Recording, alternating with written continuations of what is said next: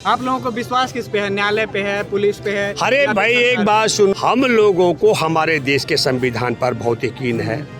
हम न्यायालय पर भी, न्यायालय का हम सम्मान करते हैं, न्यायालय पर भी यकीन है।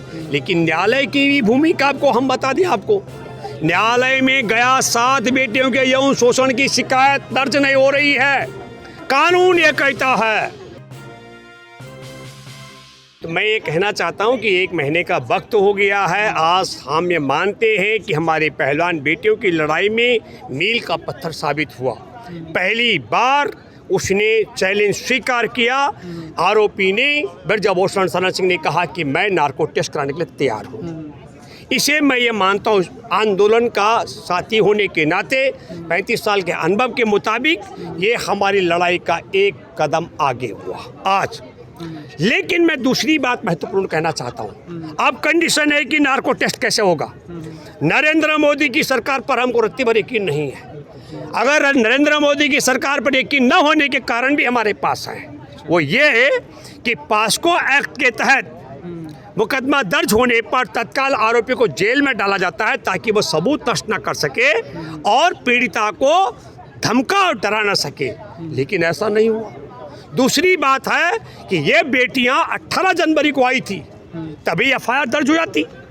फिर कमेटी बनाई गई, कमेटी में भी गोलमाल किया गया। उसमें पुरुषों के सामने महिलाओं को यौन शोषण के बातों को रखने के लिए दबाव दिया डाला गया और सुप्रीम कोर्ट के आदेश से मुकदमा दर्ज हुआ। 28 तारीख का हम जिक्र कर रहे हैं और 11 मई को कर्नाटक चुनाव के बाद, पोलिंग के बाद गवाही देने के लिए बयान देने के लिए बुलाया गया।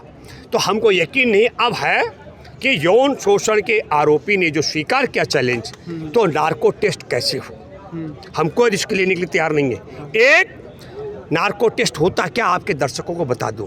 अर्धबेहोशी का इंजेक्शन होता है, आधा बेहोश होना है उस व्यक्ति को, उसके बाद वो उसका चेतन मन खत्म हो जाएगा, तभी वो झूठ बोलने की क्षमता में नहीं रहेगा।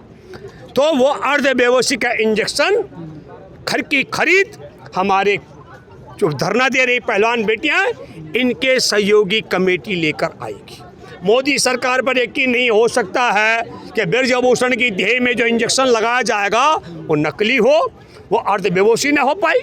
दूसरी कंडीशन कि वो इंजेक्शन लगा करके अर्धबेहोश करने वाला डॉक्टर कौन होगा, ये तय भी उस डॉक्टर की को भी पहलवान बेटियों की मददगार कमेटी तय करेगी।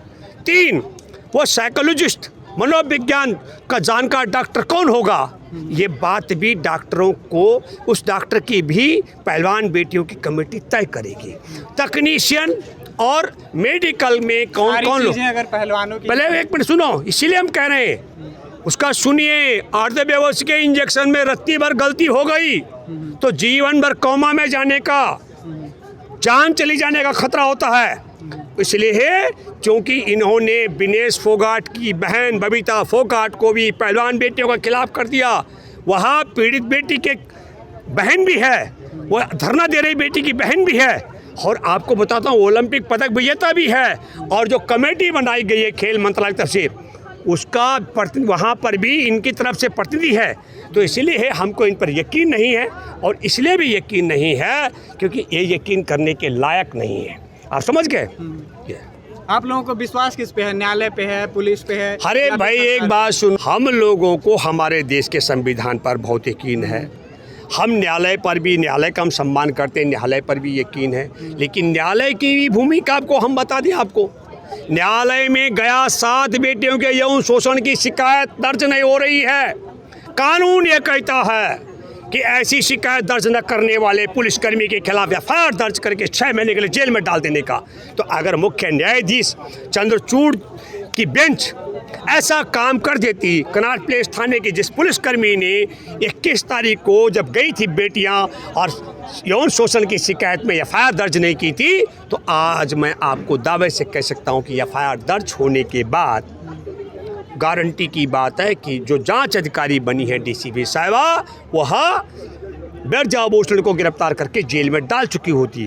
तो जिस प्रकार धृतराष्ट्र की भूमिका में चंद्रचूड़ साहब की बेंच ने सुना, ऐसी सुनवाई नहीं होनी चाहिए। दूसरी बात, 7 शिकायतें हैं 7 बेटियों की, और 2 ही एफआईआर दर्ज हुई, बाकी 5 गोल क्यों कर दिए? ये भी गैर जिम्मेदाराना काम है। लेकिन फिर हम ये कहना चाहते हैं जजों पर भी दबाव है, कई कारण है। जैसे हमारे देश में तड़ी पार रह चुके अमित शाह को सज़ा सुनाने वाले थे सीबीआई के विशेष जज, जस्टिस लोया का जिक्र कर रहा हूँ, तो वो संदिग्ध परिस्थिति में मारे गए। बहुत बड़ी बात कह रहा हूँ, तो इसलिए भी अदालत में बैठे जज उस घटना के बाद से डरे हुए हैं। जज पर दबाव किस? दूसरा सुना यार, अरे यार हमने कहा जस्टिस लोया के हत्या के बाद जज भी डरे हुए हैं। दूसरी बात भी है, जिस तरीके से हमारे यहाँ 4 जज सड़क पे उतरे थे, उनमें एक जज साहब राज्यसभा की कुर्सी पर बैठे, तो कुर्सी का लालच भी हो सकता है।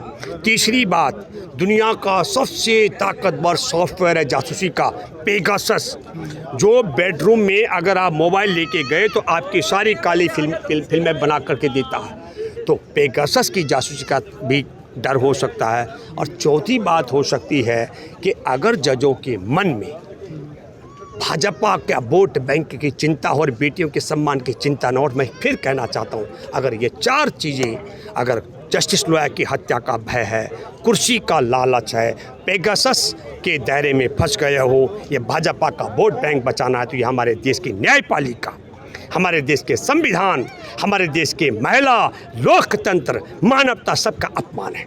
इसलिए मैं कहना चाहता हूं कि बिल्कुल सुप्रीम कोर्ट में सिटिंग जज को की अगुवाई में ये सब होना चाहिए, लेकिन पारदर्शी तरीके से होना चाहिए। और मैंने कहा कि हमको सरकार पर यकीन नहीं है, इसलिए इंजेक्शन की खरीद भी, उसको लगाने वाले डॉक्टर का चयन भी, उसके जांच करने वाले मनोचिकित्सक की भी, तकनीशियन भी, और मेडिकल की जो टीम होगी उसका चयन भी हमारे पहलवान बेटियों की मददगार कमेटी के लोग करेंगे।